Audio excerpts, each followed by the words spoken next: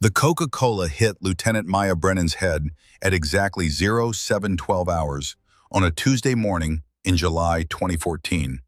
And in the 3 seconds it took for the liquid to soak through her hair and down the back of her uniform, 30 soldiers watched in silence as Captain Tyler Kovac destroyed what should have been an unremarkable day at Forward Operating Base Ryle in eastern Afghanistan.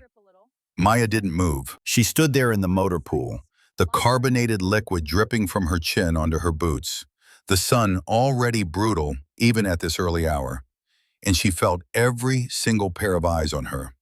Some looked away immediately. Others stared with the kind of uncomfortable fascination people have when they witness something they know is wrong, but don't have the courage to stop. A few younger enlisted soldiers forced nervous smiles, unsure whether they were supposed to laugh along with their captain or pretend they hadn't seen anything at all. Kovac stood 5 feet away, the empty can still in his hand, grinning like he just told the funniest joke of his career. "You look like you could use a shower, sweetheart," he said, loud enough for everyone to hear. "Welcome to the real army." Maya's jaw tightened, but her expression remained perfectly neutral. She had learned a long time ago that the first person to lose control in a situation like this was the person who lost. Period. So she didn't curse at him, didn't raise her voice, didn't even acknowledge the insult. Instead, she reached down, picked up the maintenance log from the hood of the nearest MRAP, and calmly marked down a notation about a missed inspection entry on vehicle Alpha 7. Her hands were steady, her breathing was controlled, but inside, something cold and sharp was taking shape. She keyed her radio without looking at Kovac. "Sergeant Reyes, redirect 2nd Squad to Bay 3. We're behind schedule." "Copy that, ma'am." Then she turned and walked straight back toward her office, her boots leaving wet prints on the gravel. Her back straight, her pace measured and deliberate. She didn't run, she didn't storm off. She simply left. And in doing so, she took every ounce of Kovac's satisfaction with her. What neither Maya nor Kovac noticed was the small security camera mounted above the motor pool entrance, installed 6 months earlier as part of a base-wide security upgrade. The camera had captured everything. The angle wasn't perfect, but it was clear enough. Maya didn't know about the cameras. She'd never thought to look for them. But they were there, recording, waiting. That moment, that single humiliating moment, would become the hinge on which everything else turned. 72 hours earlier, Maya Brennan had been having the best week of her deployment. She was 6 months into her first combat tour, serving as a logistics officer with the 5th Armored Division. And for the first time since arriving in Afghanistan, she felt like she was actually making a difference. Her platoon had successfully coordinated 14 resupply convoys in the past month without a single delay. No lost equipment, no missed windows. Infantry squads that depended on her work were getting what they needed when they needed it. And that mattered more to Maya than any medal or commendation ever could. The work was unglamorous. Logistics didn't make headlines. Nobody wrote stories about the officer who made sure ammunition got to the right outpost at the right time, or the lieutenant who could predict fuel consumption rates 3 days out and adjust supply chains accordingly. But Maya didn't care about glory. She cared about competence. She cared about doing her job so well that nobody even had to think about whether it would get done. Her soldiers respected her for it. They saw how she worked, how she never asked them to do something she wouldn't do herself, how she stayed late to review manifests and double-check routes and make sure every detail was accounted for. She had earned their trust the hard way, through consistency and reliability, and in a place like FOB Ryle, that kind of trust was currency. Maya had grown up in Boulder, Colorado, in a family where military service wasn't just expected, it was assumed. Her father, Brigadier General James Brennan, had served 2 tours in Iraq and 1 in Afghanistan before moving to a strategic planning role at the Pentagon. Her grandfather had been a Marine in Korea. Her great-uncle had landed at Normandy. The Brennan family tree was a timeline of American conflicts, and Maya had always known she would add her own branch to it. But her father had never pushed. He had simply shown her what it meant to serve. When Maya was 12 years old, her father took her to a shooting range outside Boulder on a cold Saturday morning. He handed her a rifle, adjusted her stance, and taught her the fundamentals. Iron sights, steady breathing, patience. Discipline isn't about control, he told her that day, his voice calm and even. It's about knowing the difference between the moment to act and the moment to wait. Maya had carried that lesson with her ever since. Through high school, through her ROTC commission at Texas A&M, through the Basic Officer Leader course and the Quartermaster Officer Basic course, through airborne training at Fort Benning, where she earned her jump wings because she believed real leaders never asked their soldiers to do something they wouldn't do themselves. She had deployed to Afghanistan with a clear mission: be so good at her job that nobody could question whether she belonged there. And for 6 months, she had done exactly that. She coordinated convoys. She managed resupplies. She solved problems before they became crises. She was methodical, organized, and relentless in her pursuit of excellence. And then Captain Tyler Kovac walked into her motor pool. Kovac was the executive officer for Bravo Company in a battalion stationed on the other side of the base, and he had a reputation. Everyone knew it.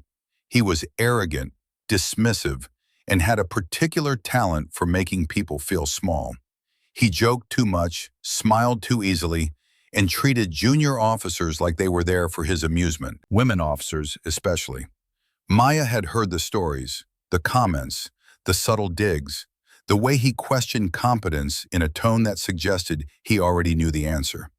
But she had never dealt with him directly, and she had assumed, perhaps naively, that if she just stayed focused on her work and avoided unnecessary interactions, she could get through her deployment without ever having to. She was wrong. The first time Kovac showed up unannounced at her motor pool was 3 weeks before the Coca-Cola incident. He strolled in during a maintenance check, hands in his pockets, sunglasses on despite being indoors, and started asking questions that weren't really questions at all. "How's it going over here, Lieutenant? You keeping up?" Maya didn't look up from the checklist she was reviewing. "We're on schedule, sir." "That's good. That's real good. Logistics can be tricky, you know. Lots of moving parts. Easy to lose track of things." She met his eyes then, just for a second. "I don't lose track of things." Kovac grinned. "I'm sure you don't." He walked around the bay, inspecting vehicles he had no authority to inspect, making comments to her soldiers about how slow the work seemed to be going, asking if they needed help from someone with more experience. Maya ignored him. She had learned that engaging with men like Kovac was a waste of energy. They didn't want answers. They wanted reactions. But Kovac kept coming back. The second time he asked if she'd ever been outside the wire, implying that logistics officers spent their entire deployments behind desks, while real soldiers did the fighting. Maya calmly informed him that she had run more convoy missions in the past 6 months than most infantry officers ran in a year. And if he had concerns about her operations, he was welcome to bring them up with her battalion commander. Kovac just smiled. The third time, he made a joke about how women in the military were great for morale, especially the ones who looked good in uniform. One of Maya's soldiers, a young specialist named Elena Torres, looked uncomfortable.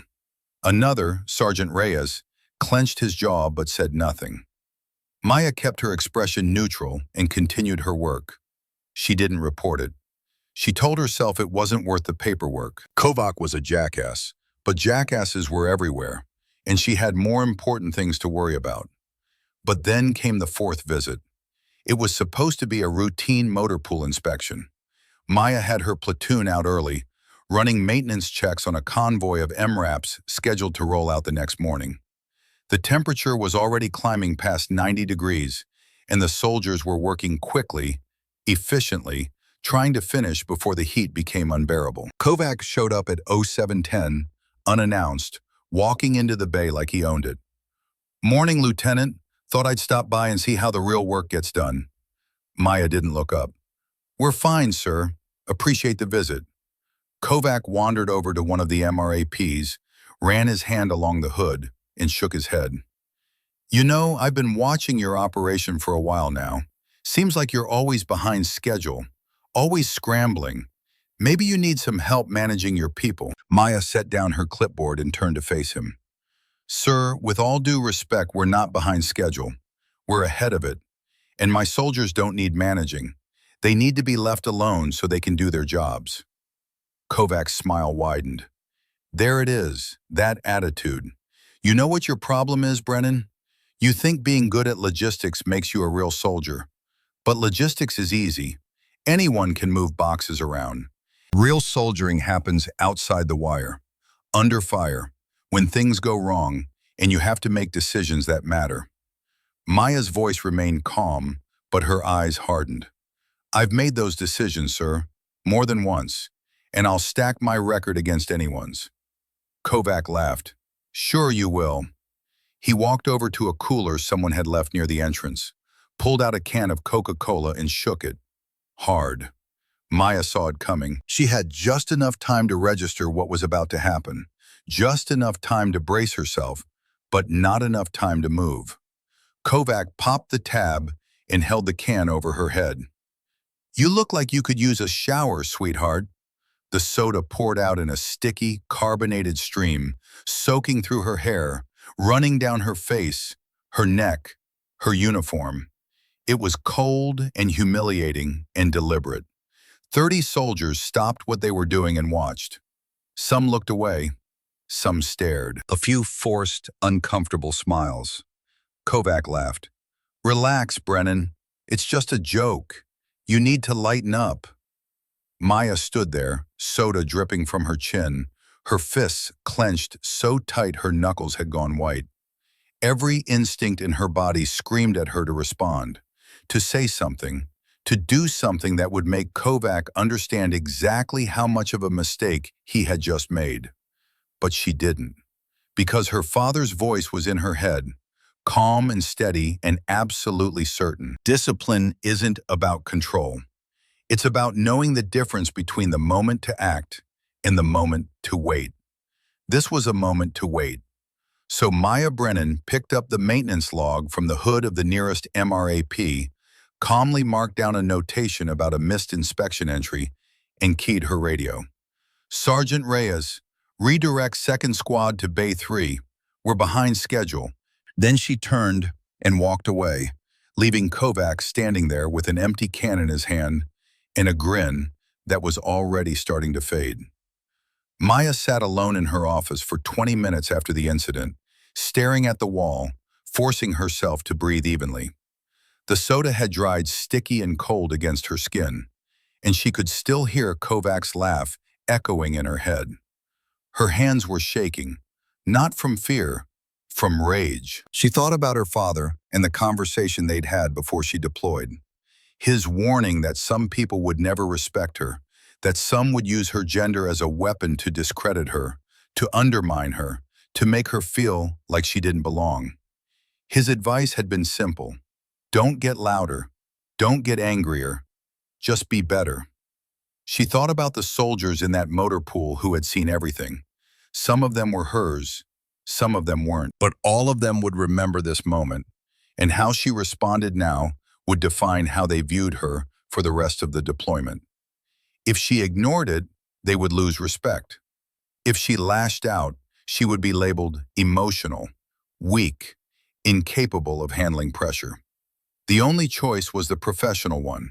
Handle it by the book, through the chain of command, with documentation, without giving Kovac any ammunition to use against her. But there was a small part of her, a voice that sounded like her father's, that wanted something else, that wanted Kovac to know exactly who she was, that wanted to see his face when he realized the officer he had just humiliated wasn't someone he could dismiss.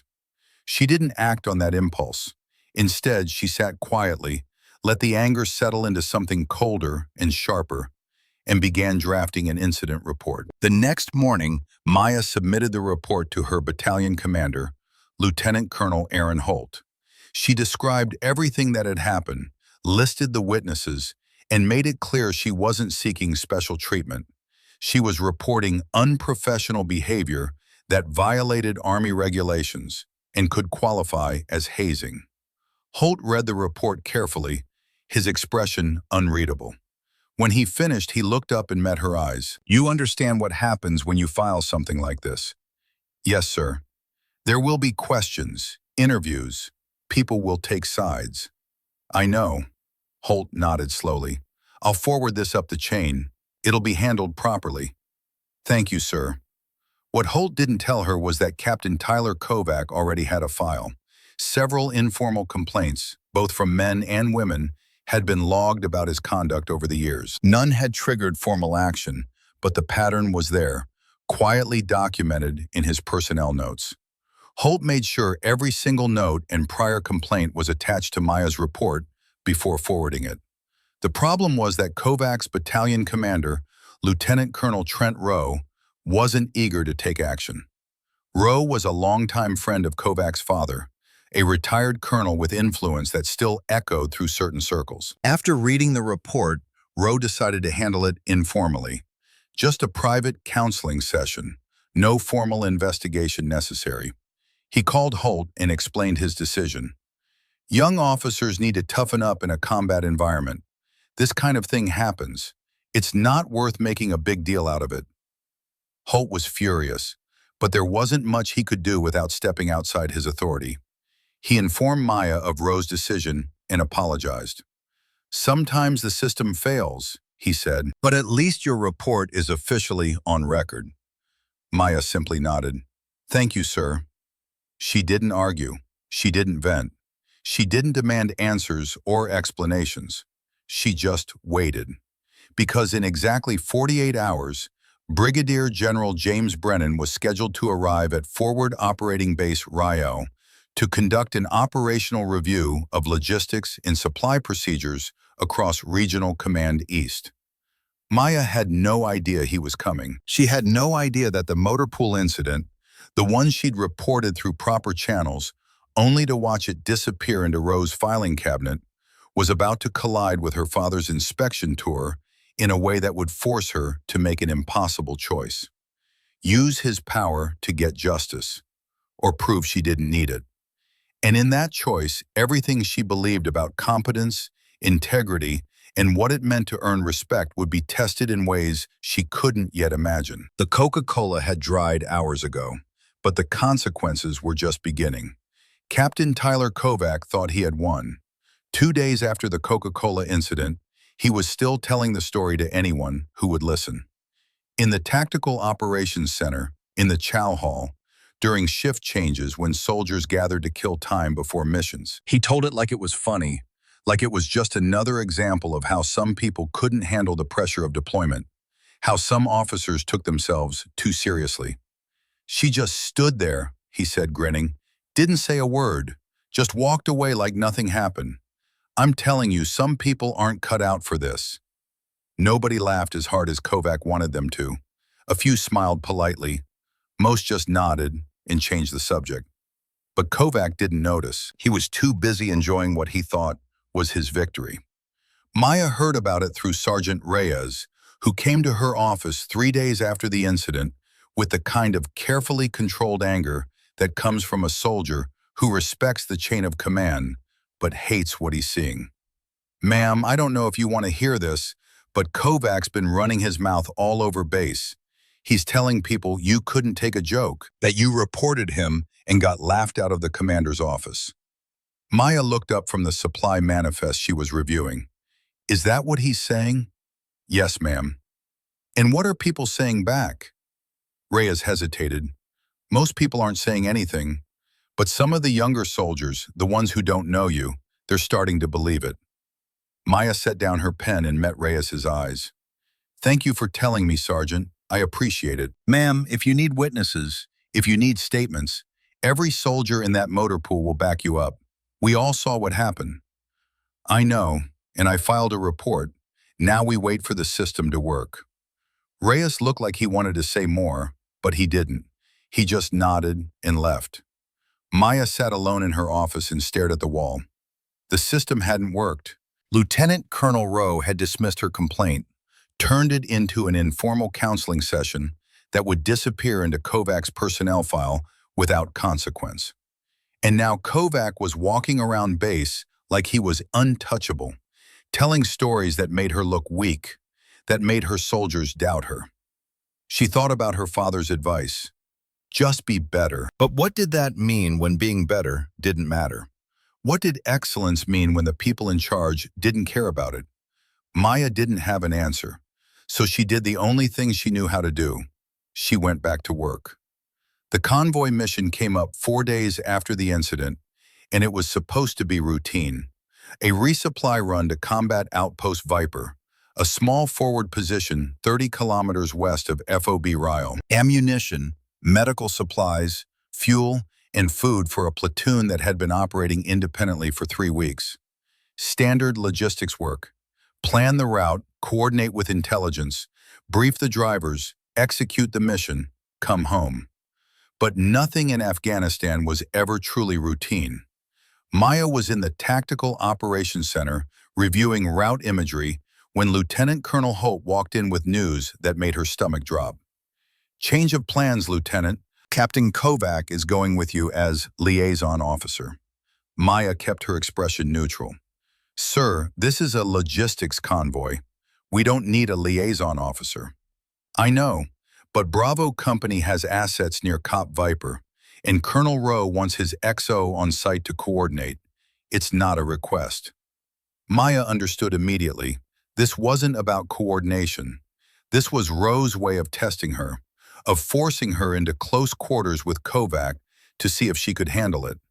If she complained, she would look petty. If she failed, she would prove Kovac right. "Understood, sir. When do we roll out?" 600 tomorrow. Brief your team." Maya saluted and left the TOC. She had 16 hours to prepare for a mission that had just become infinitely more complicated. The convoy briefing happened at 0500 the next morning in a cramped room that smelled like diesel fuel and stale coffee. Maya stood at the front with a map spread across the table, marking routes and checkpoints while her soldiers listened. Sergeant Reyes was there, Specialist Torres, Corporal Martinez, 6 other soldiers who had run dozens of convoys with her and knew the drill, and Captain Tyler Kovac, sitting in the back with his arms crossed and a smirk on his face. Maya ignored him and focused on the brief. "We're running a 3-vehicle convoy to Cop Viper, 2 MRAPs in 1 supply truck. Route Blue takes us through the valley, past 2 known IED hotspots from last month's intel reports. We'll have air cover for the first half, then we're on our own. ROE is standard. Questions?" Kovac raised his hand. "Yeah, I got a question. Who's in command of this convoy?" Maya met his eyes. "I am, sir. You're here as a liaison, but tactical command remains with the convoy commander. That's me." Kovac leaned back in his chair. "Just wanted to make sure we're clear on that. Wouldn't want any confusion when things get complicated." "There won't be any confusion, sir." The convoy rolled out at 6:15, 15 minutes behind schedule because one of the MRAPs had a transmission issue that took longer to fix than expected. Maya rode in the lead vehicle, with Reyes driving and Torres on the gun.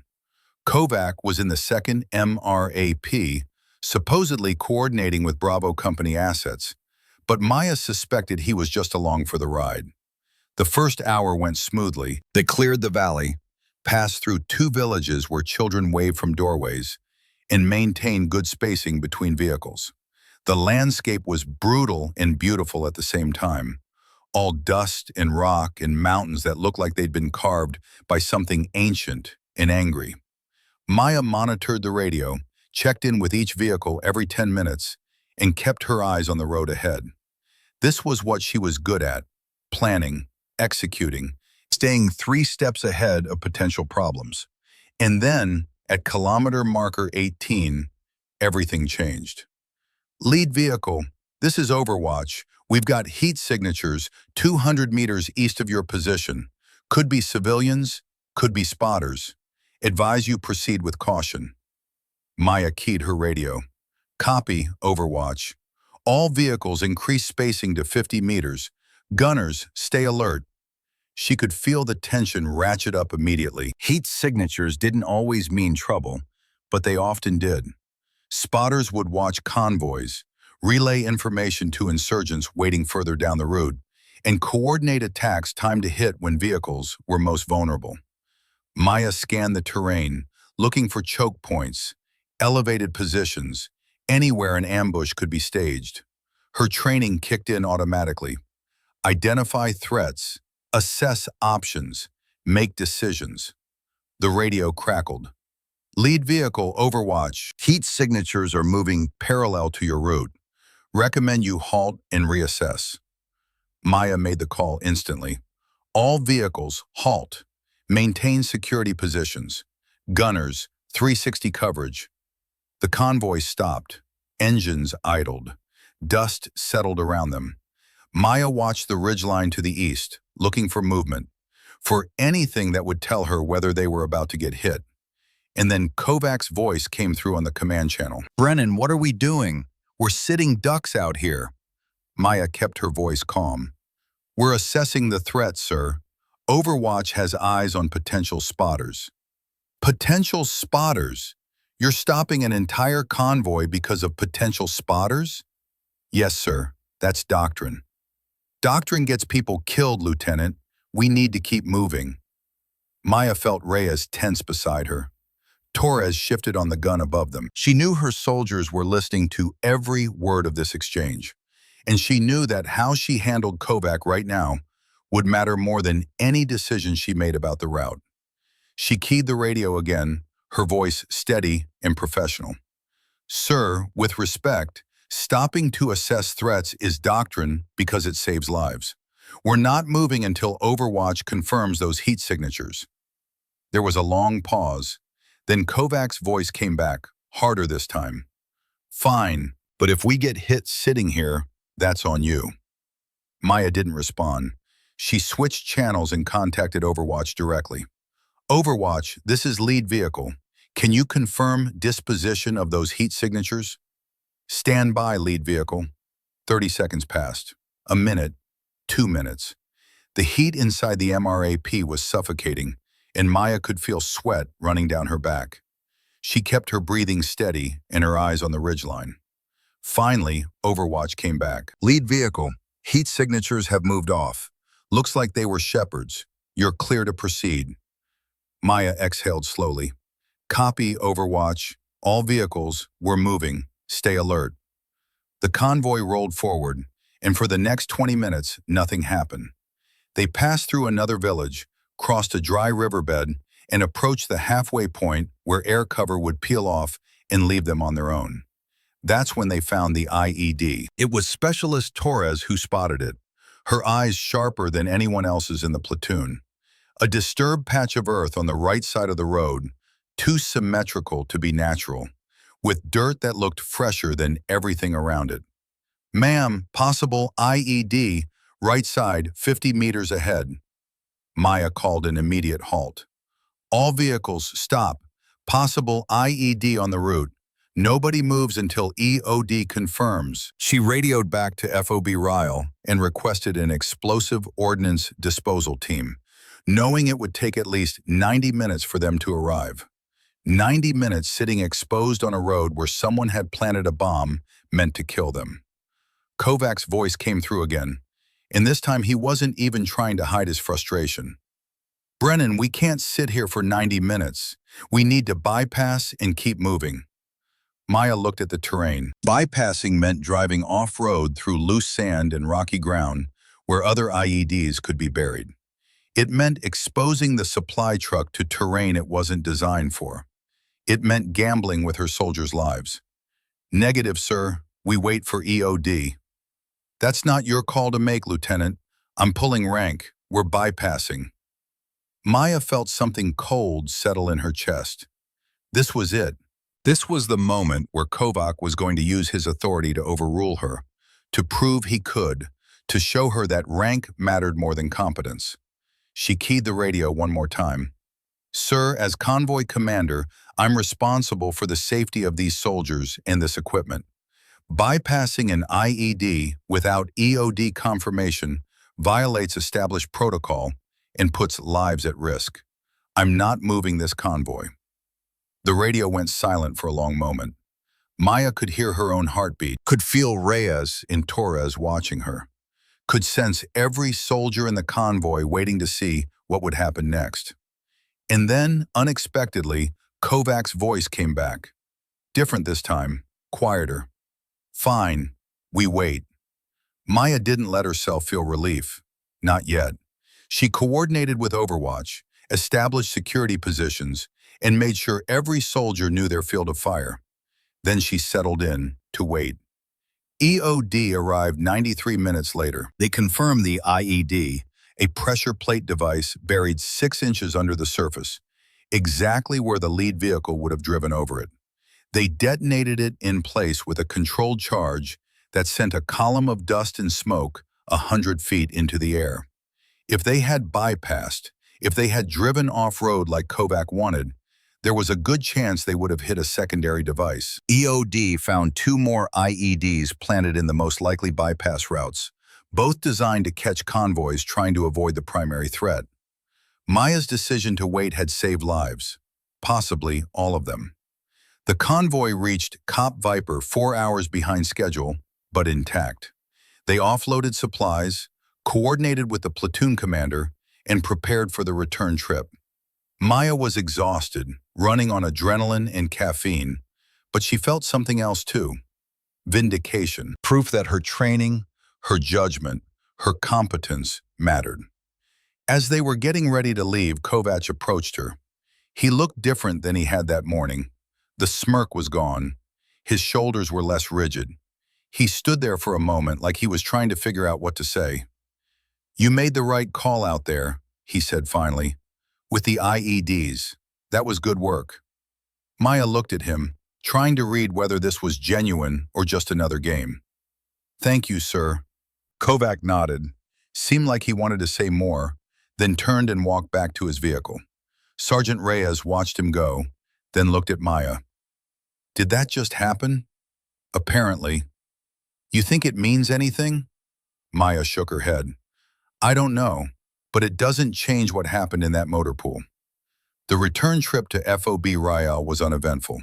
They made it back by 1900 hours, debriefed with Lieutenant Colonel Holt, and secured the vehicles. Maya wrote up her after-action report that night, documenting every decision, every threat assessment, every call she made.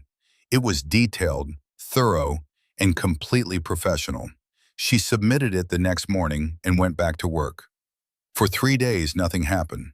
Kovac stayed away from her motor pool. The informal counseling session Rowe had ordered apparently took place, though Maya never heard any details. Life on base returned to its normal rhythm of missions, maintenance, and the constant low-level tension that came with operating in a combat zone.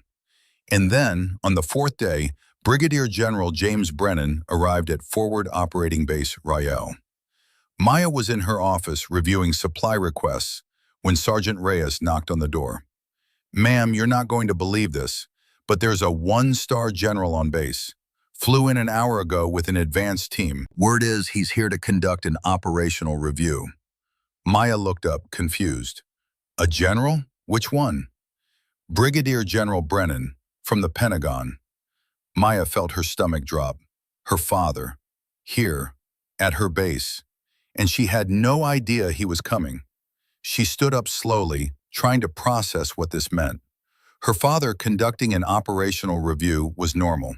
He did them all the time as part of his role in strategic planning.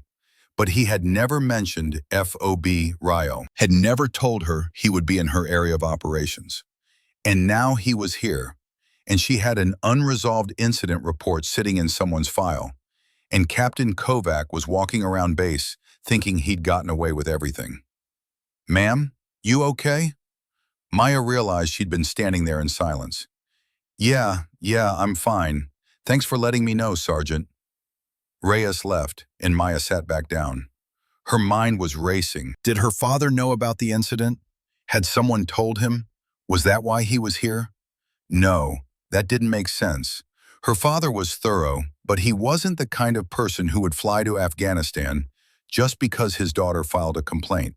He had a job to do, and he would do it professionally, without any special consideration for her, which meant this was just terrible timing. Or maybe it was something else entirely. Maya didn't have long to wonder. 2 hours later, Lieutenant Colonel Holt called her to his office. "Sit down, Lieutenant," Maya said. Holt looked uncomfortable, which was unusual for him. "General Brennan has requested a tour of our logistics operations tomorrow. He wants to review convoy procedures, supply chain management, and maintenance protocols. And he specifically requested that you brief him on your platoon's operations." "Sir, I know, it's your father. And before you ask, no, I don't think this has anything to do with the Kovacs situation. This is a scheduled operational review. The general's team contacted us 3 weeks ago. It's just unfortunate timing." Maya nodded slowly. "Understood, sir. I'll prepare a briefing." Maya, Holt used her first name, which he almost never did. "This is going to be difficult. You're going to have to brief your own father in front of other officers, maintain complete professionalism, and pretend like there's no personal connection. Can you do that?" "Yes, sir, I can do that." "Good, because if anyone finds out that the general's daughter filed an incident report that got buried, and then that same general shows up to conduct a review, it's going to look like nepotism. It's going to undermine everything you've accomplished here." "I understand, sir." Maya left Holt's office and went straight to work on her briefing. She pulled together every statistic, every data point, every operational metric she could find. Convoy success rates, equipment readiness percentages, supply chain efficiency numbers. She made it comprehensive, professional, and completely impersonal. She practiced the briefing 3 times that night, standing alone in her office, speaking to an empty room like it was full of senior officers. She eliminated every personal detail, every reference that might suggest familiarity. She made herself into nothing more than a logistics officer reporting to a general. The briefing was scheduled for 1000 hours the next morning in the battalion conference room. Maya arrived 15 minutes early, set up her materials, and waited. Lieutenant Colonel Holt came in first, then his operations officer, then 2 majors Maya didn't recognize, who were apparently part of the general's team. And then Brigadier General James Brennan walked through the door. Maya's father was 56 years old, gray-haired, with the kind of presence that came from 30 years of military service. He wore his uniform like it was part of his skin, and when he entered a room, people noticed. Not because he was loud or demanding, but because he carried himself with absolute certainty about who he was and what he represented. Maya stood at attention and saluted. "Sir." Her father returned the salute, his face completely neutral. "At ease, Lieutenant. Let's begin." For the next 45 minutes, Maya delivered the most professional briefing of her career. She covered convoy operations, maintenance schedules, supply chain logistics, and equipment readiness. She answered questions about route planning, threat assessment, and coordination with infantry units. She presented her platoon statistics and explained her decision-making process for the IED incident during the recent convoy mission. Her father asked focused, detailed questions. He wanted to know about fuel consumption rates, maintenance cycle timing, and how she balanced risk against mission requirements. He challenged some of her assumptions, pressed her on specific data points, and made her defend her operational choices. And through it all, Maya kept her composure. She spoke clearly, answered confidently, and never once let her voice waver or her professionalism slip. When the briefing ended, General Brennan thanked her and dismissed her. No special acknowledgement, no indication that she was anything other than another lieutenant doing her job. Maya saluted and left the room. She made it back to her office before her hands started shaking. 20 minutes later, Lieutenant Colonel Holt knocked on her door. He looked serious. "Lieutenant, the general wants to see you privately, in my office, now." Maya's stomach tightened. She followed Holt down the hallway and into his office, where her father was waiting, standing by the window, looking out at the base. Holt closed the door behind them, but stayed in the room. This wasn't a father-daughter conversation. This was official. General Brennan turned to face her. Lieutenant Brennan, I've reviewed every incident report filed in this battalion over the past 60 days as part of my operational assessment. One of those reports involves you and Captain Tyler Kovac. I need you to tell me, in your own words, what happened. Maya felt her throat go dry. She hadn't expected this, hadn't prepared for it. Sir, I filed an official report through my chain of command. It's all documented. I've read the report. I'm asking you to tell me directly. Maya glanced at Lieutenant Colonel Holt, who gave her a small nod. Permission to speak freely. So she told him everything. The harassment, the motor pool incident, the Coca-Cola, her decision to file a report, Lieutenant Colonel Rowe's dismissal of her complaint, Kovac's behavior afterward. Her father listened without interrupting. When she finished, he was quiet for a long moment. And what do you want me to do about it, Lieutenant? Maya hadn't expected that question. Sir, I'm asking what you want. I'm here conducting an operational review. I have the authority to order an investigation. I can have Captain Kovac relieved of duty within an hour. I can make this go away quietly, or I can make it very public. What do you want? For a brief moment, Maya wanted to be 12 years old again. Standing on that rifle range in Colorado, her father's hands steady on her shoulder, his voice calm and reassuring. She wanted him to fix this the way he'd fixed scraped knees and broken bikes and all the small disasters of childhood. But she wasn't 12 anymore. And this wasn't a scraped knee. This was her career, her reputation, her fight. Maya understood what he was really asking. He was giving her the choice. Use his power, his rank, his authority to fix this problem, or handle it herself. She thought about everything she'd worked for, the respect she'd earned, the trust her soldiers had in her, the belief that competence mattered more than connections. And she knew what her answer had to be. Sir, if you intervene, if you use your authority to fix this, then everyone on this base will think I couldn't handle it myself. They'll think I needed my father to fight my battles, and everything I've accomplished here will be meaningless. Her father's expression didn't change. So, what do you want? I want a formal investigation, not because you're ordering it, because it's the right thing to do. And if that investigation determines that no action should be taken, then I'll accept that.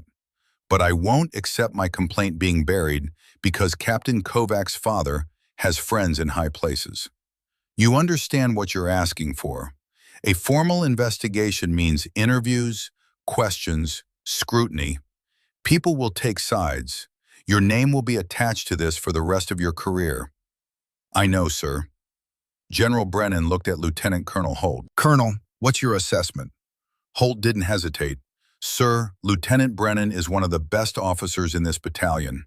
Her complaint was legitimate and should have been investigated properly from the start. Colonel Rowe made a mistake in dismissing it. The general nodded slowly. Then he looked back at Maya. Here's what's going to happen. I'm going to recommend a formal investigation to the base commander, not because you're my daughter, because the initial complaint was mishandled, and Army regulations require proper investigation of hazing allegations. You will not be given special treatment.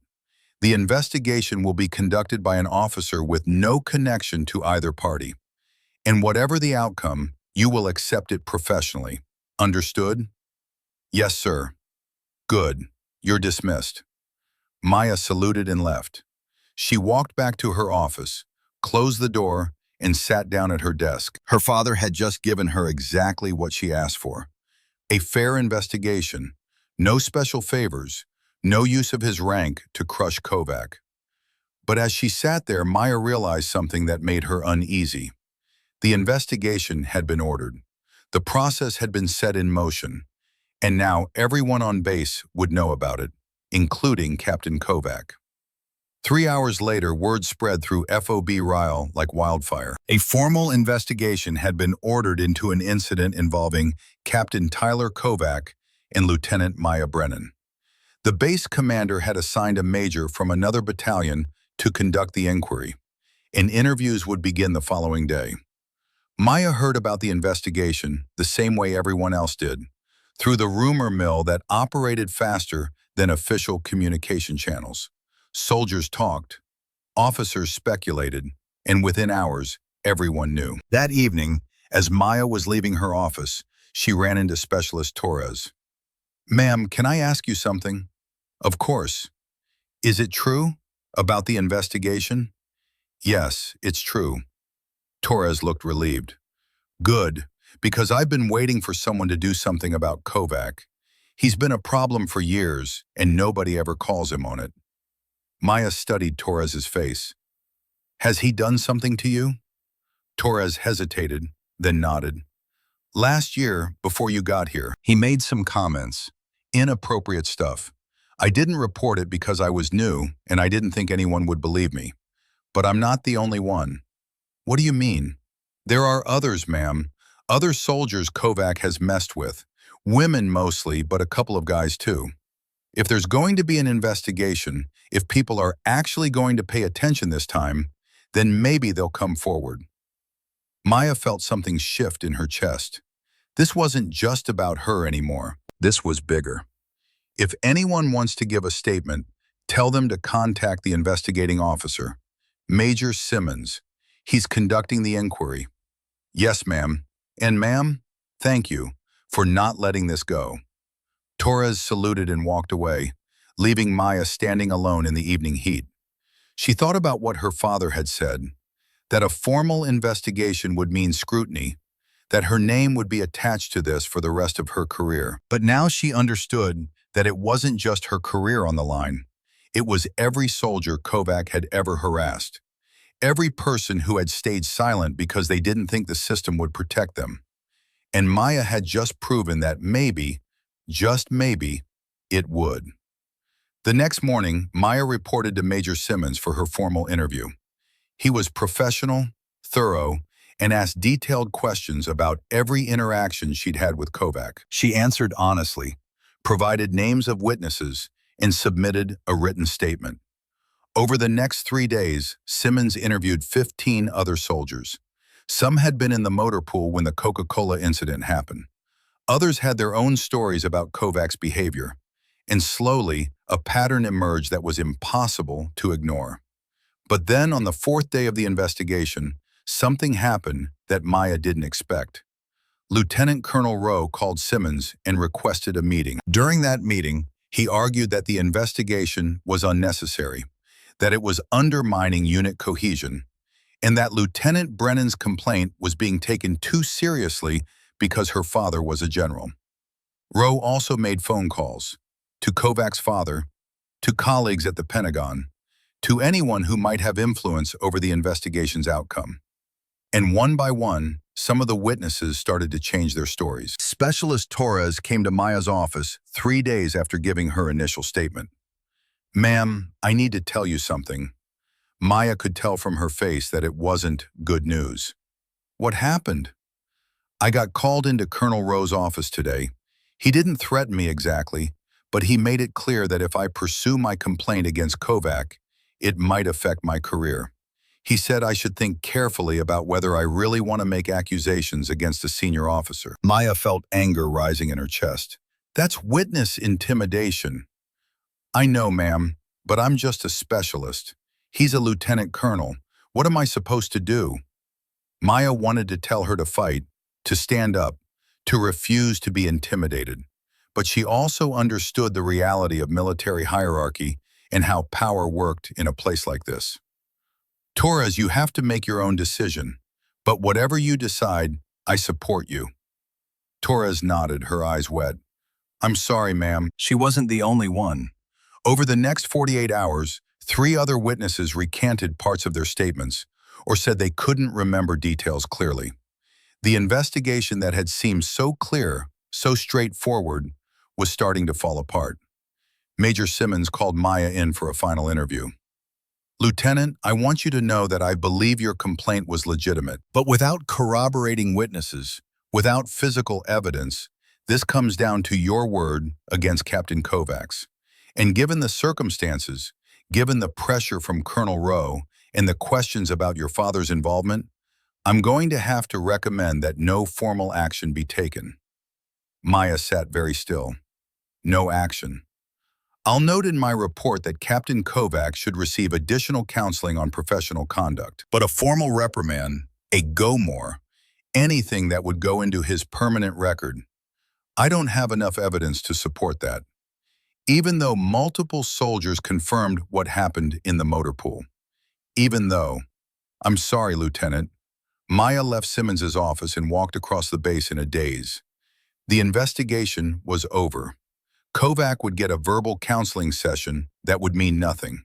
Rowe would claim victory, and everyone who had been watching would learn that the system protected officers who had connections and punished the ones who spoke up. She thought about her father's warning, that there would be scrutiny, that her name would be attached to this. He had been right, but what he hadn't told her was that sometimes, even when you did everything right, you still lost. Maya sat alone in her office that night, staring at the blank computer screen, wondering if she had made a mistake, if she should have just let it go, if fighting for accountability had been worth it. And then she thought about Specialist Torres, about the fear in her eyes when she talked about being intimidated by a lieutenant colonel. She thought about every soldier Kovac had harassed over the years, all the complaints that had been filed and dismissed and forgotten. And Maya realized something. She hadn't lost yet, because the investigation might be over, but her deployment wasn't. She still had a job to do. And the best way to prove that Kovac was wrong, that Rowe was wrong, that everyone who dismissed her was wrong, was to keep being excellent at that job. So she opened a new document and started writing. Not a complaint, not an appeal, an after-action report on the convoy mission to Cop Viper.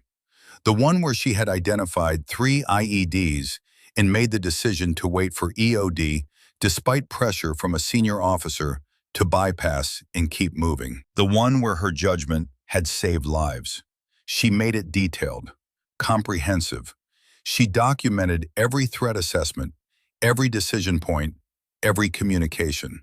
She included the technical specifications of the IEDs that were found, the timing of her calls, the coordination with Overwatch and EOD, and she submitted it through proper channels, not as a complaint, but as a routine operational report. Because Maya Brennan understood something that Captain Kovac never would. Excellence doesn't need to shout. It just needs to be documented. 3 days later, her report landed on the desk of the brigade commander, a full colonel who was reviewing logistics operations across the entire region. He read it carefully, impressed by the level of detail and the clear decision-making under pressure. And then he cross-referenced it with other reports from FOB Ryle and noticed something interesting. There had been an investigation into an incident involving the same lieutenant who wrote this excellent AAR. An investigation that had been recommended by a 1-star general and then quietly closed with minimal action. The colonel started asking questions. But Maya didn't know any of this yet. She was too busy doing her job, running convoys, managing supplies, and proving every single day that competence mattered more than rank or connections or who your father was. And late at night, when she was alone in her office and the base was quiet, she allowed herself to hope that maybe, just maybe, the story wasn't over yet. The brigade commander's name was Colonel Raymond Price, and he had spent 28 years in the Army learning to recognize when something didn't add up. He sat in his office at Bagram Airfield, 300 kilometers north of FOB Ryle, reading Lieutenant Maya Brennan's after-action report for the 3rd time, and the more he read, the more questions he had. The report itself was exceptional, clear, detailed, technically sound. It demonstrated exactly the kind of tactical judgment and operational competence the Army needed from its junior officers. But what caught Price's attention wasn't what was in the report. It was what wasn't. There was no mention of the senior officer who had pressured Brennan to bypass the IEDs. No name, no rank, just a vague reference to command input that she had professionally overruled. Most lieutenants, especially ones who had just made a decision that saved lives, would have made sure everyone knew they'd been right and someone else had been wrong. But Brennan hadn't done that. She had simply documented her own actions and let the results speak for themselves. That kind of restraint was unusual. And in Price's experience, unusual things usually meant someone was trying very hard not to make waves. He pulled up the investigation file that Brigadier General Brennan's office had flagged during the operational review. Incident between Lieutenant Maya Brennan and Captain Tyler Kovac. Allegation of hazing. Witnesses interviewed. Investigation conducted by Major Simmons. Recommended outcome. No formal action. Additional counseling for professionalism. Price read through the witness statements, noting how several had been modified or partially recanted. He saw Torres's initial statement, detailed and specific, followed by an addendum saying she may have misremembered certain details. He saw similar patterns with 3 other soldiers. And then he saw Lieutenant Colonel Trent Rowe's name appearing throughout the file as the officer who had initially dismissed the complaint and later raised concerns about the investigation's impact on unit cohesion. Price picked up his phone and called his chief of staff. "Get me Major Simmons, the one who conducted the Kovac investigation. I want him here tomorrow morning." "Yes, sir." "And pull every personnel file we have on Captain Tyler Kovac. Everything. Performance reviews, counseling statements, informal complaints. I want to see the whole picture." Price hung up and leaned back in his chair. He had learned a long time ago that the military ran on 2 parallel systems. There was the official system of regulations and procedures and proper channels. And then there was the unofficial system of favors and connections, and looking the other way when it benefited the right people. Most of the time, those systems coexisted peacefully, but sometimes they collided, and when they did, someone had to decide which system mattered more. Price had already made his decision. Major Simmons arrived at Bagram the next morning, looking nervous.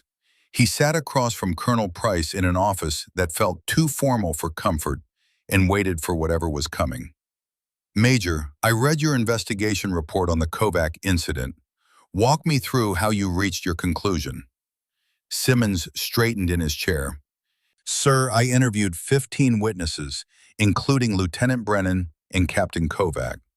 Multiple soldiers confirmed that Kovac poured a beverage on Brennan's head in front of other soldiers. The incident clearly violated professional standards and could be classified as hazing under AR 600-20.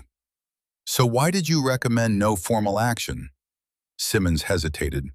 "Sir, several witnesses recanted or modified their statements during the investigation. Without consistent testimony, I didn't feel I had sufficient evidence to support a formal reprimand." "Did anyone pressure those witnesses to change their statements?" The question hung in the air. Simmons looked uncomfortable. "I can't prove that anyone did, sir." "That's not what I asked. I asked if anyone pressured them." Simmons met Price's eyes.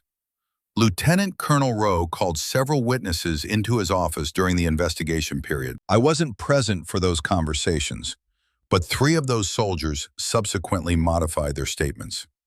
Price nodded slowly. "And you didn't include that in your report?" "Sir, I had no direct evidence of witness tampering, just timing that seemed unfortunate." Unfortunate. Price let the word hang there for a moment. "Major, did you know that Captain Kovac's father is a retired colonel with connections at the Pentagon?" "I was aware of that, sir. And did you know that Lieutenant Brennan's father is Brigadier General James Brennan, who happened to be conducting an operational review at FOB Ryle when this investigation was ordered?" "Yes, sir." "So you had a situation where both parties had family connections to senior officers. Multiple witnesses were being called into their commander's office during your investigation, and you decided the appropriate response was to recommend counseling and move on." Simmons's jaw tightened. "Sir, with respect, I was trying to be objective. I didn't want either party's family connections to influence my findings." "I understand that, But by bending over backward to avoid the appearance of favoritism, you ignored evidence of witness intimidation and let a clear violation of professional standards go unpunished. That's not objectivity, Major. That's cowardice. The word hit like a slap. Simmons's face flushed, but he didn't argue. Price opened a folder on his desk. I'm ordering an independent investigation into Captain Kovac's conduct to be conducted by an officer from outside the brigade with no connections to any of the parties involved. And I'm ordering a separate inquiry into whether Lieutenant Colonel Rowe improperly influenced witnesses during your investigation. Simmons looked relieved and worried at the same time. Sir, what do you need from me? Your complete cooperation and your word that you'll tell the truth about what happened, regardless of who it makes uncomfortable. You have it, sir.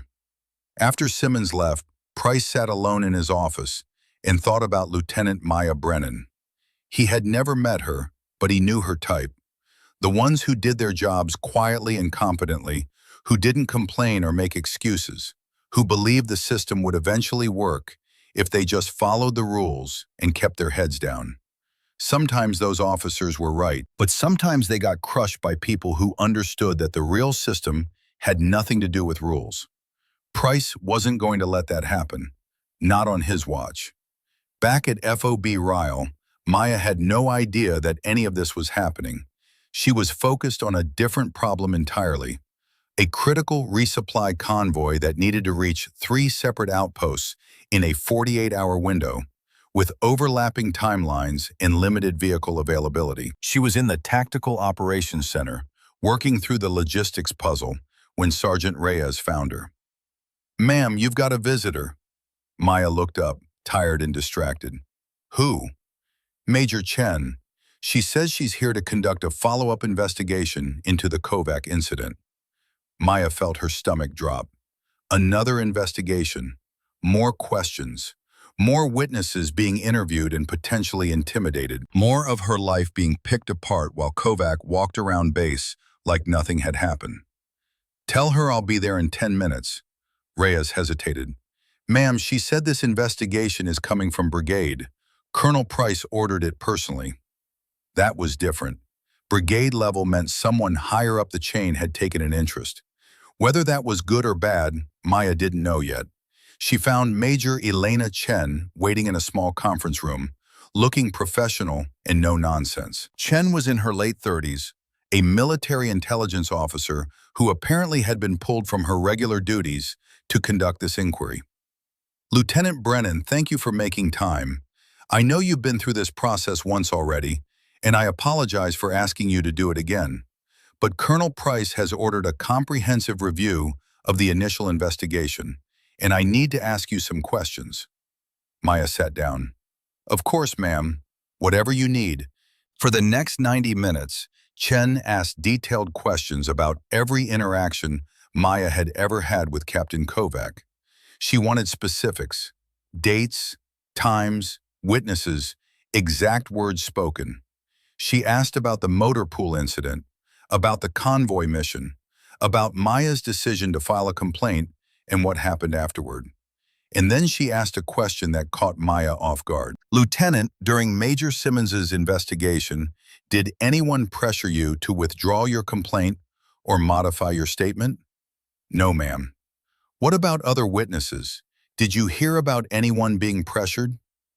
Maya thought about Specialist Torres, about the fear in her eyes when she talked about being called into Colonel Rowe's office. Specialist Torres told me she was counseled by Lieutenant Colonel Rowe about the potential career impacts of making accusations against a senior officer. I don't know the exact words used, but she was clearly intimidated. Chen made a note. Anyone else? I heard rumors about other soldiers being called in, but I don't have direct knowledge of what was said to them. Fair enough. Chen set down her pen and looked directly at Maya. I want you to understand something. This investigation is being conducted independently of your chain of command. Colonel Price has made it clear that he wants the truth, regardless of who it makes uncomfortable. That means you're protected, and so are the witnesses. Maya wanted to believe that, but she'd heard similar assurances before. Ma'am, with respect, Major Simmons told me something similar, and the investigation still fell apart. I'm not Major Simmons. Chen's voice was firm, and Colonel Price is not someone who makes promises he doesn't keep. If there's evidence of wrongdoing, it will be documented. If there's evidence of witness intimidation, that will be addressed. Your job is to tell me the truth. My job is to make sure something actually happens with it. Over the next week, Chen interviewed every soldier who had been present in the motor pool that day. She interviewed Torres again, this time in a private setting away from FOB Ryle, where Rowe couldn't reach her. She interviewed the soldiers Kovac had allegedly harassed in previous years, tracking down complaints that had been filed and dismissed and forgotten. And she interviewed Captain Tyler Kovac himself.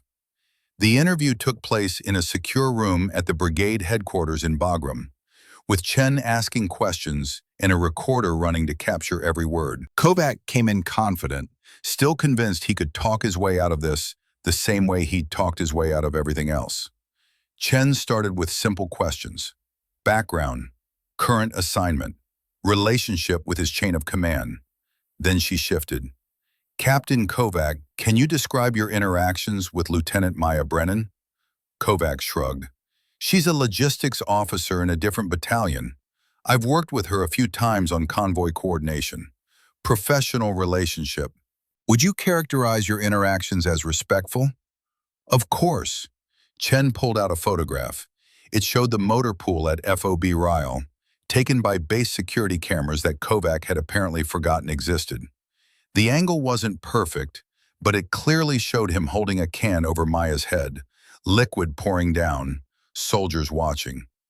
Is this a respectful interaction, Captain? Kovac's confidence faltered.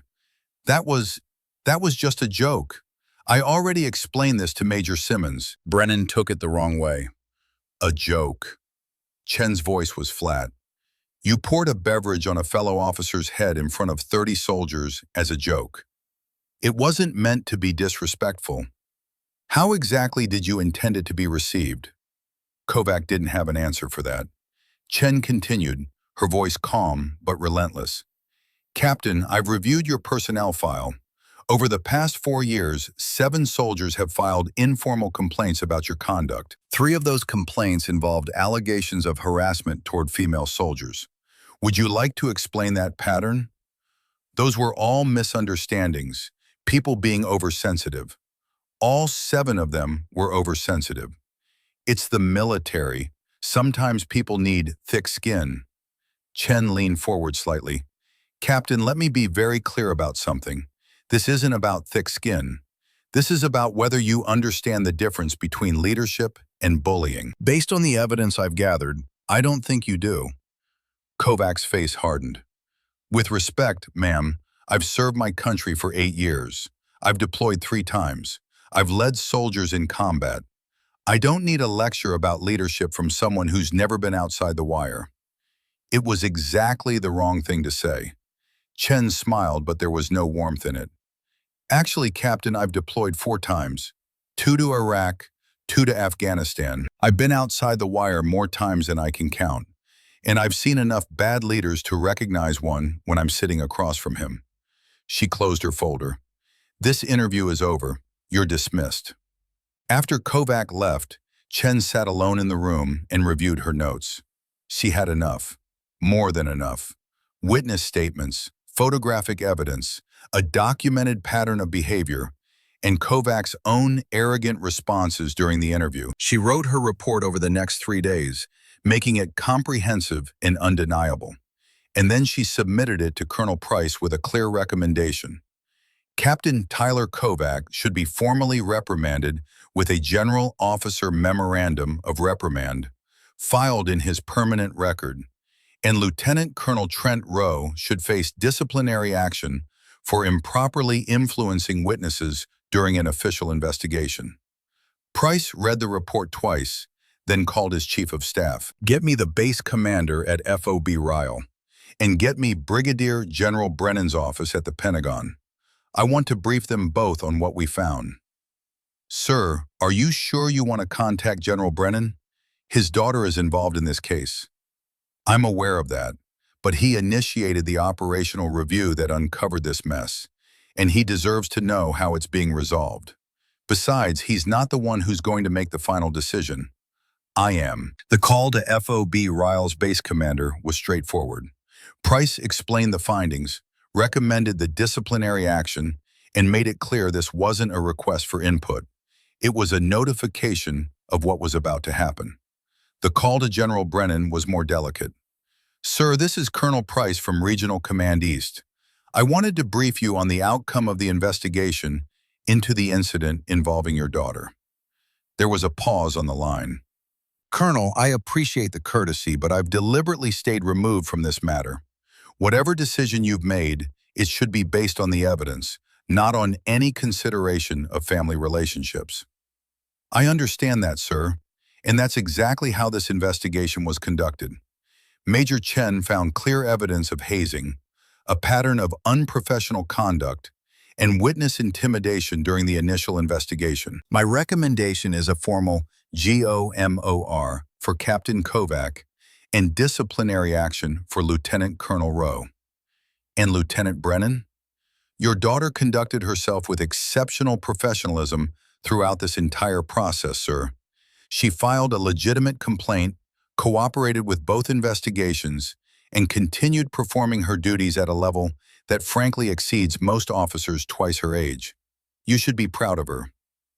There was another pause, longer this time. Thank you, Colonel, for handling this properly. It's my job, sir. After he hung up, Price sat back in his chair and thought about how many times he'd seen situations like this get swept under the rug because it was easier than holding people accountable. How many good officers had been driven out of the service because they dared to speak up about misconduct? Not this time. He signed the recommendation and forwarded it to the general officer who would issue the formal reprimand. 3 days later, Captain Tyler Kovac was called to the brigade headquarters at Bagram. He was escorted into Colonel Price's office, where he was informed that he was being issued a General Officer Memorandum of Reprimand for conduct unbecoming an officer, specifically for hazing a fellow officer and creating a hostile work environment. The GOMOR would be filed in his permanent record.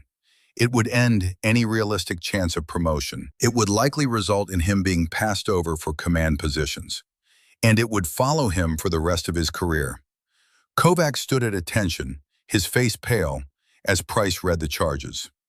Sir, I'd like to request that the GOMOR be filed locally rather than in my permanent record. Request denied. Sir, this will destroy my career. You destroyed your career, Captain, when you decided that your rank gave you the right to humiliate a fellow officer, when you created a pattern of harassment that spanned 4 years, when you thought you were untouchable because your father had connections. Price looked at him with something close to contempt. The military doesn't need officers who abuse their authority.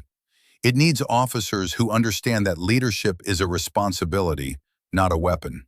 You failed to grasp that basic concept, and now you're facing the consequences. What about Lieutenant Colonel Rowe?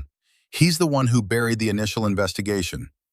Lieutenant Colonel Rowe is receiving a letter of reprimand for improperly influencing witnesses.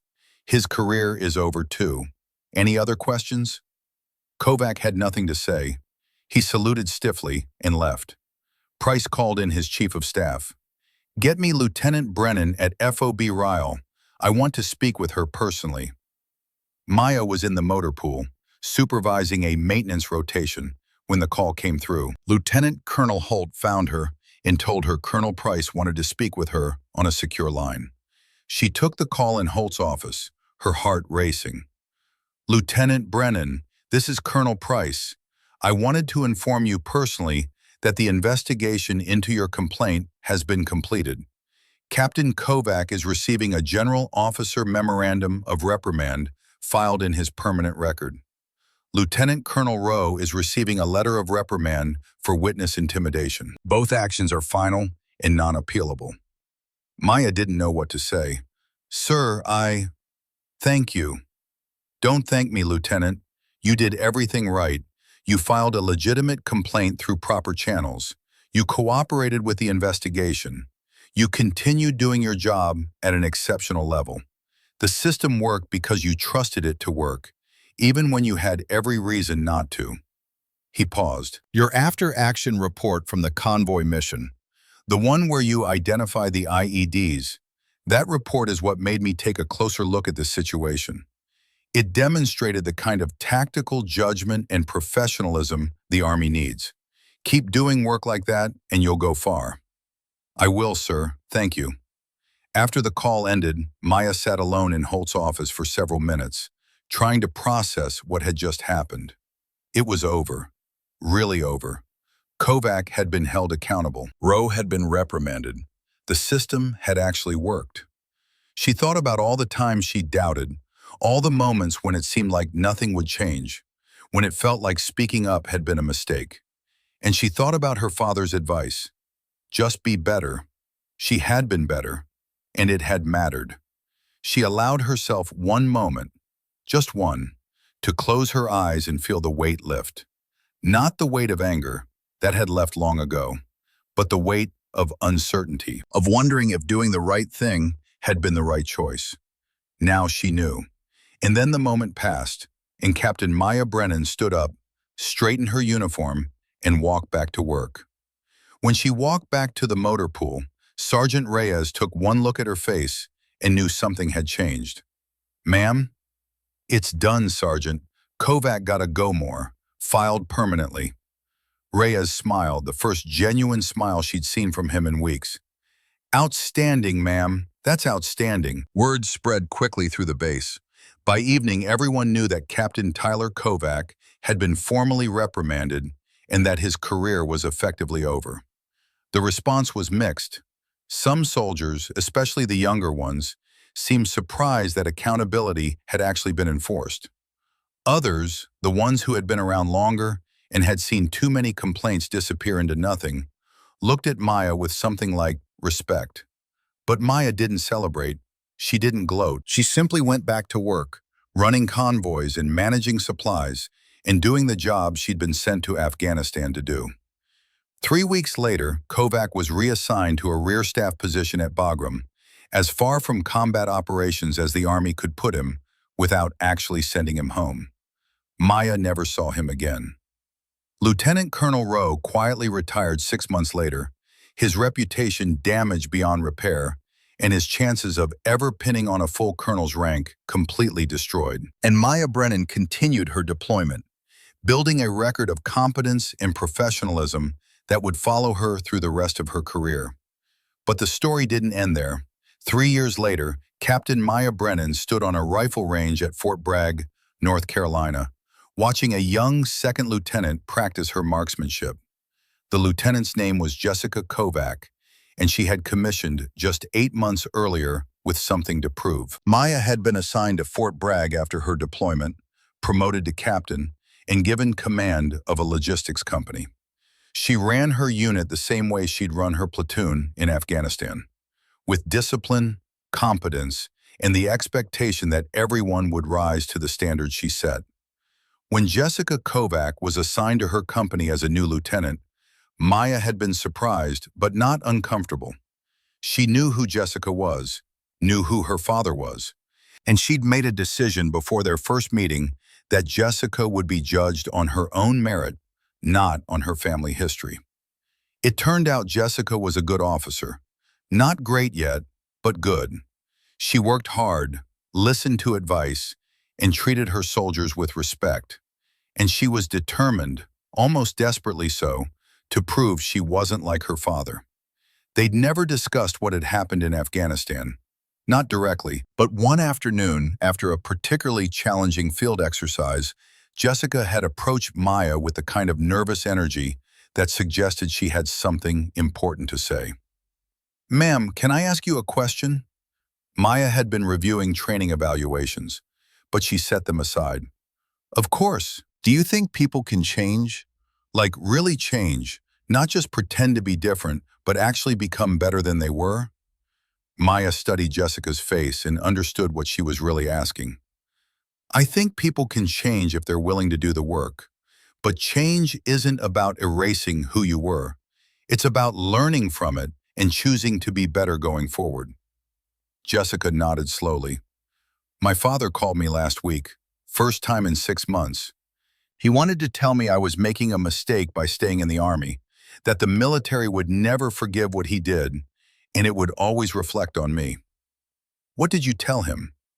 I told him I wasn't staying in the Army to fix his reputation. I was staying because I want to prove I can be the kind of officer he never was. Maya smiled. That's exactly the right answer. Ma'am, I know what happened between you and my father in Afghanistan. I read the investigation report. It's part of my family history now, whether I like it or not. She looked directly at Maya. I just want you to know that I'm sorry for what he did, for who he was, and I'm grateful that you're willing to mentor me anyway. Maya stood up and walked around her desk. Jessica, you're not responsible for your father's choices. You're only responsible for your own. And from what I've seen, you're making good ones. She put a hand on the young lieutenant's shoulder. Your legacy is yours to write, not his. Don't ever forget that. Now, standing on the rifle range, Maya watched Jessica fire a tight grouping at 300 meters and felt something like pride. The young lieutenant had come a long way in a short time, and she was going to be a good officer, maybe even a great one.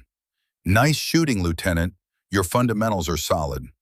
Jessica lowered her rifle and smiled. Thank you, ma'am.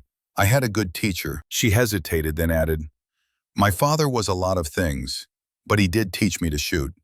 It's one of the few good memories I have of him. Maya thought about her own father, about the cold Saturday morning in Colorado when he'd first put a rifle in her hands and taught her about discipline and patience. Shooting is like leadership, she said. It's not about power or control. It's about knowing when to act and when to wait, when to take the shot and when to hold fire. Jessica nodded, understanding. They stood together in comfortable silence, watching the targets downrange. And Maya thought about how strange it was that she was now mentoring the daughter of the man who had tried to destroy her career. How she could have refused to work with Jessica, could have let old grudges define new relationships. But she hadn't, because holding on to anger was exhausting, and revenge was empty, and the only thing that really mattered was whether you did your job with integrity and helped the people who came after you become better than they thought they could be. That evening, Maya sat in her office at Fort Bragg, finishing paperwork and thinking about the long road from that motor pool in Afghanistan to this quiet moment of reflection. Her father had called her a few weeks earlier to tell her he'd heard good things about her company, that her soldiers spoke highly of her, that she was building exactly the kind of reputation that mattered. You didn't need me to fight your battles, he'd said. You never did. Maya had smiled at that. You taught me not to need you. That was the whole point. Now, sitting alone with the setting sun casting long shadows across her desk, she thought about all the soldiers she'd served with, all the people who had doubted her and the ones who had believed in her, all the moments when doing the right thing had felt impossible, but she'd done it anyway. She thought about Specialist Torres, who had eventually given a second statement to Major Chen's investigation after being promised protection from retaliation. Torres had been promoted to sergeant and was thriving in her career. She thought about Sergeant Reyes, who had been selected for the Sergeant Major Academy and would probably end up as a senior enlisted leader somewhere important. She thought about Captain Tyler Kovac, whose career had ended exactly the way it should have, with accountability and consequences, and no one to blame but himself. And she thought about her own journey, from a second lieutenant trying to prove she belonged, to a captain who no longer had to prove anything because her record spoke for itself. Her phone buzzed, a text from Jessica Kovac. Ma'am, thank you for today. For everything, really. I won't let you down. Maya smiled and typed back. You won't let yourself down. That's all that matters. Her phone buzzed one more time, a message from her father, brief as always. Heard about your latest training scores. Your company's ready for anything. Proud of you. Always have been. She smiled and slipped the phone back into her pocket. Outside, Jessica Kovac was running her platoon through equipment checks. her voice steady and professional, earning respect the same way Maya had. One decision at a time, one soldier at a time, one day at a time. And Captain Maya Brennan walked out into the Carolina evening, the weight of command comfortable on her shoulders, knowing that somewhere in Afghanistan, another young officer was probably sitting in an office, sticky with soda, wondering if speaking up was worth it. She hoped they would find the courage.